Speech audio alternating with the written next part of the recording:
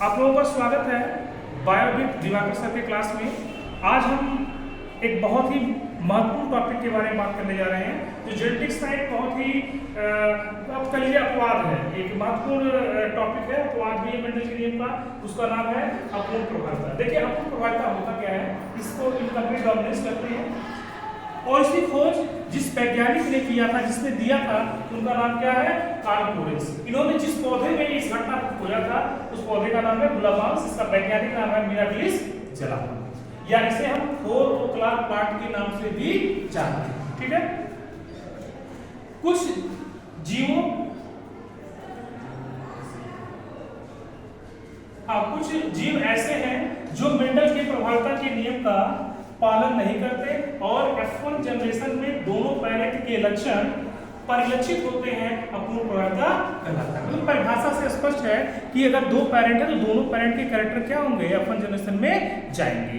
तो अब ये इनकम्प्लीट डोमिनेंस की परिभाषा हुई। किसमें है उदाहरण?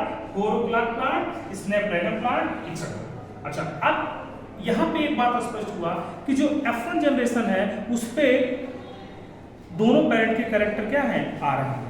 अब हम इनकम्प्लीट डोमिनेंस जो कार्ल कोरेन्स ने दिया था उसकी तुलना हम करते हैं मेंडल के प्रभाविता के नियम से। एग्जाम में बहुत पूछता है, पूछो कोई कॉम्पिटिटिव एग्जाम हो या आपके बोर्ड के एग्जाम होते हैं तो पूछता है कि प्रभाविता मेंडल के प्रभाविता के नियम तथा अपूर्ण प्रभाविता के नियम में क्या अंतर है। तो अंतर बहुत स्पष्ट है। देखिए हम यहाँ पे जो रिप्रेजेंट किए हैं ये आपको डायग्राम, तो इसमें रेड फ्लावर का क्रॉस व्हाइट फ्लावर से दोनों में कराया गया है। देखिए यहाँ पे रेड फ्लावर है और व्हाइट फ्लावर है। रेड फ्लावर का जो जीनोटाइप है कैपिटल आर और स्मॉल आर व्हाइट के लिए सेम होते हैं, ये पैरेंट है। और ये गैमेट बनेंगे। जब गैमेट आपस में मतलब फ्यूज होते हैं या सिंगल या फर्टिलाइजेशन होता है तो F1 जनरेशन में हाइब्रिड मिलता है।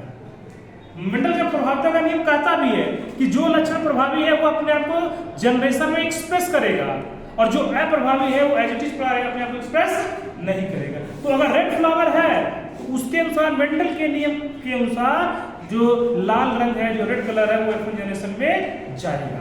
जबकि इनकम्प्लीट डोमिनेंस में इसका जस्ट अपोजिट है। अपोजिट क्या कि देखिए रेड फ्लावर है, जीनोटाइप आप लिख दिए दोनों का, यहाँ पे गैमेटोजेनेसिस हुआ, गैमेट बना। गैमेटोजेनेसिस किस डिवीजन के थ्रू होता है? कौन सा विभाजन होता है? मियोसिस या माइटोसिस? मियोसिस के थ्रू होता है। गैमेट का बनना अर्धसूत्रीय विभाजन के द्वारा होता है। याद रखिएगा आप लोग, गैमेटोजेनेसिस जो होगा वो क्या होगा? मियोसिस के थ्रू होगा। तो कैपिटल आर से बनने वाला जो गैमेट है कैपिटल आर, इन दोनों से बनने वाला जो गैमेट है वो स्मॉल आर। अब दोनों आपस में क्रॉस कराया जाएगा, हाइब्रिडाइजेशन होगा या दोनों में फर्टिलाइजेशन होगा या दोनों सिंगल कई नामों से इसको बोलते हैं, बस हमें जानेंगे कि इनका फ्यूजन हुआ आपस में। तो जो F1 जनरेशन में प्रोजेनी बनी वो टोटल किस कलर वाली बनी? पिंक कलर वाले फ्लावर वाली बनी। ठीक है, तो इसका मतलब स्पष्ट हो गया कि मेंडल के प्रभाविता के नियम के अनुसार यहाँ पे बनने वाला जो प्लांट है क्या है? हाइब्रिड रेड है। लेकिन इनकम्प्लीट डोमिनेंस से बनने वाला जो पौधा कैसा है? पिंक कलर का है, पिंक फ्लावर है। अब आप लोगों को पता होगा सेल्फिंग कराना F1 जनरेशन का F1 जनरेशन से क्रॉस करा देने क्या कहलाता है? सेल्फिंग कहलाता है। अब यहाँ पे देखिए कैपिटल आर स्मॉल आर है, कैपिटल आर स्मॉल आर है। जब आपस में क्रॉस कराते हैं तो बहुत ही हट करके रिजल्ट मिला। मतलब कि जो जीनोटिपिक रेशियो था और जो फिनोटिपिक रेशियो था दोनों आपस में क्या हुए? बराबर आए। मतलब जीनोटिपिक रेशियो क्या है कि 1:2:1, मतलब कैपिटल आर अनुपाते कैपिटल आर स्मॉल आर अनुपाते स्मॉल आर की संख्या कितनी है? कैपिटल आर एक बार, कैपिटल आर स्मॉल आर 2 बार और स्मॉल आर कितनी बार आया है? 1 बार। अब हम इसी का क्या देख लेंगे? Phenotypic ratio. फिनोटिपिक रेशियो का मतलब ये जीन किस लक्षण को एक्सप्रेस कर रहा है, तो बाहर से क्या दिखाएगा? तो ये दिखाता किसको है? कैपिटल आर रेड को दिखाता है, इस कैपिटल आर स्मॉल को दिखाता है, पिंक को दिखाता है, और स्मॉल आर को दिखाता है, व्हाइट को दिखाता है। तो मतलब ऐसा जो कैरेक्टर है वो 1:2:1 के अनुपात में है। तो इस तरह से यहाँ पे कंप्लीट होता है इनकम्प्लीट डोमिनेंस। आप लोग प्रश्न भी नोट कर सकते हैं जो इंपॉर्टेंट क्वेश्चन पूछे जाएंगे बोर्ड्स में। ये पहले तो पूछता है कि इनकम्प्लीट डोमिनेंस को किसने खोजा था। दूसरा प्रश्न बनता है इनकम्प्लीट डोमिनेंस किसे कहते हैं। तीसरा प्रश्न बनता है कि अपूर्ण प्रभाविता किस पौधे में खोजा गया।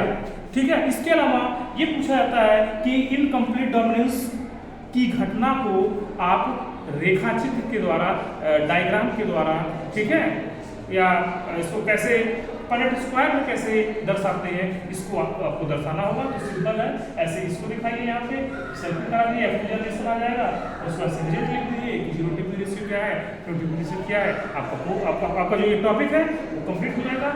बहुत बहुत धन्यवाद। अगर आपको मेरा चैनल अच्छा लगे तो उसे लाइक, सब्सक्राइब और शेयर जरूर करिए। बहुत बहुत धन्यवाद।